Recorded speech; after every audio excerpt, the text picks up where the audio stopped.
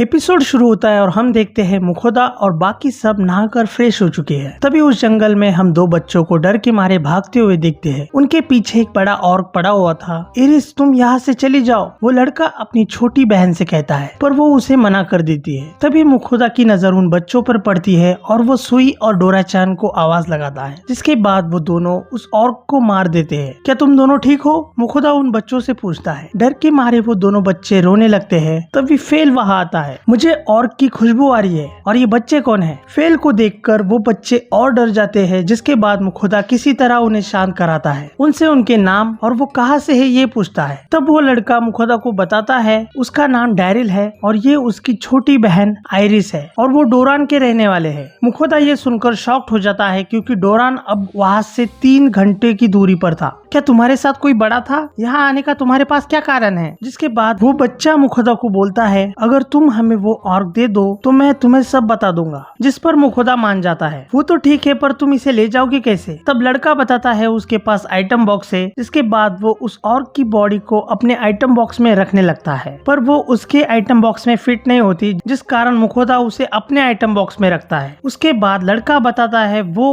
उसकी छोटी बहन आइरिस और उनकी माँ तीनों डोरान शहर में रहते हैं और उनके पिता एक एडवेंचरर थे। उसके पिता एक बार डंजन के अंदर गए थे, जिसके बाद वो फिर कभी नहीं लौटे। कुछ दिन पहले अचानक उनकी माँ की तबीयत खराब हो गई। मंदिर के पुजारी ने हीलिंग स्पेल कास्ट किया, पर कुछ फर्क नहीं पड़ा। उसके बाद पुजारी ने कहा, मैं इस बीमारी को ठीक नहीं कर सकता, इसके लिए शहर का एक बड़ा पुजारी चाहिए होगा और उसके लिए तुम्हें ढेर सारे पैसे लगेंगे। लड़का बोलता है, इसी वजह से मुझे पैसे चाहिए और उसके लिए हम यहाँ जंगल जड़ी बूटियाँ ढूंढने आए थे। उन बच्चों की दुख भरी कहानी सुनकर मुखोदा की आंखों में पानी आ जाता है। तब उन छोटे बच्चों को लगता है इस ऑर्क को बेचकर उनका काम हो जाएगा, पर ऐसा नहीं था। मुखोदा मन ही मन में सोचने लगता है उसने इससे पहले भी काफी ऑर्क्स को बेचा है और ये काफी कॉमन मॉन्स्टर होने के कारण इसके ज्यादा पैसे नहीं मिलते। तभी भूख के मारे दोनों बच्चों के पेट से आवाज आती है। फेल, सुई और डोरा-चान ये तीनों भी उन्हें भूख लगी है ऐसा कहते हैं। जिसके बाद मुखोदा खाना बनाने में लग जाता है और उनके लिए बर्गर बनाता है। दोनों बच्चे उसे मजे से खाते हैं। फेल मुखोदा से पूछता है, इनका तो हो गया, पर हमारा क्या? तब हम देखते हैं मुखोदा बाकी सबके लिए भी एक बड़ा बर्गर बनाता है। सभी लोग पेट भर कर खाना खाकर खुश थे। वो दोनों बच्चे मुखोदा का शुक्रिया अदा करते हैं। Thanks a lot grandpa.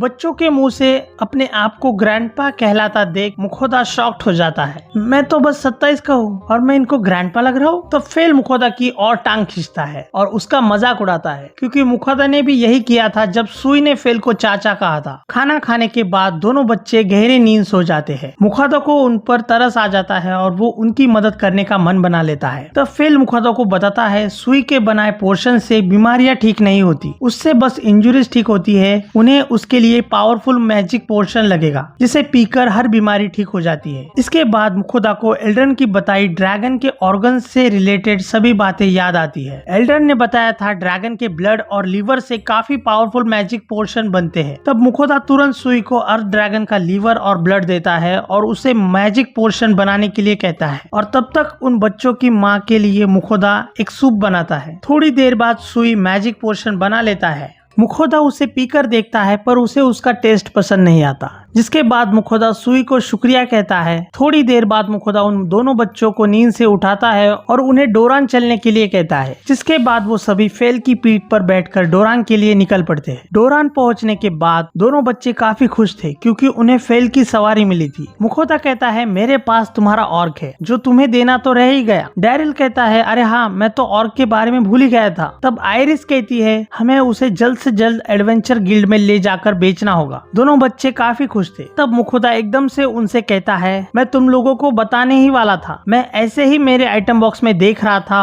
और पता है मुझे क्या मिला? एक ऐसी दवा जिससे तुम्हारी माँ ठीक हो सकती है। बच्चे ऐसा सुनते ही शॉक्ड हो जाते हैं। क्या सच में इससे हमारी माँ ठीक हो जाएगी? मुखोदा कहता है, हाँ, पर मैं तुम्हें ये ऐसे ही फ्री में नहीं दे सकता। ऐसा सुनते ही दोनों बच्चे निराश हो जाते हैं। तब मुखोदा उन्हें बताता है, मैं एक एडवेंचरर होने के साथ साथ एक मर्चेंट भी हूँ और ये दवा मेरा एक प्रोडक्ट है, तो मैं तुम्हें ये ऐसे ही नहीं दे सकता। तुम्हें इसे खरीदना होगा। डैरिल किसी तरह हिम्मत करके मुखोदा से उस दवा की कीमत पूछता है, जिस पर मुखोदा थोड़ी देर सोचता है एक्चुअली ये काफी रेयर है, पर मैं तुम्हें इसे एक ऑर्क के बदले दे सकता हूँ। मुकोदा की ये बात सुनकर दोनों बच्चे काफी खुश हो जाते हैं और डील के लिए मान जाते हैं। इसके बाद मुकोदा उन्हें वो दवा और उनकी माँ के लिए बना खाना दे देता है। दोनों बच्चे खुशी के मारे रोने लगते हैं। तब डैरिल मुकोदा से वादा करता है कि उसके पिता भले ही एक एडवेंचरर थे, पर वो एक मर्चेंट बनेगा और ढेर सारे पैसे कमाएगा और अपनी बहन और माँ को खुश रखेगा, और आगे जाकर वो एक दुकान खोलेगा जहाँ वो इसी तरह अच्छी डील करेगा। मुकोदा उसकी ये बातें सुन काफी इमोशनल हो जाता है। इसके बाद दोनों बच्चे अपने घर लौट जाते हैं, जिसे देख मुकोदा रोने लगता है। तब फेल उससे कहता है चलो अब रोना बंद करो, जिस पर मुकोदा कहता है देखो मैं रो नहीं रहा हूँ।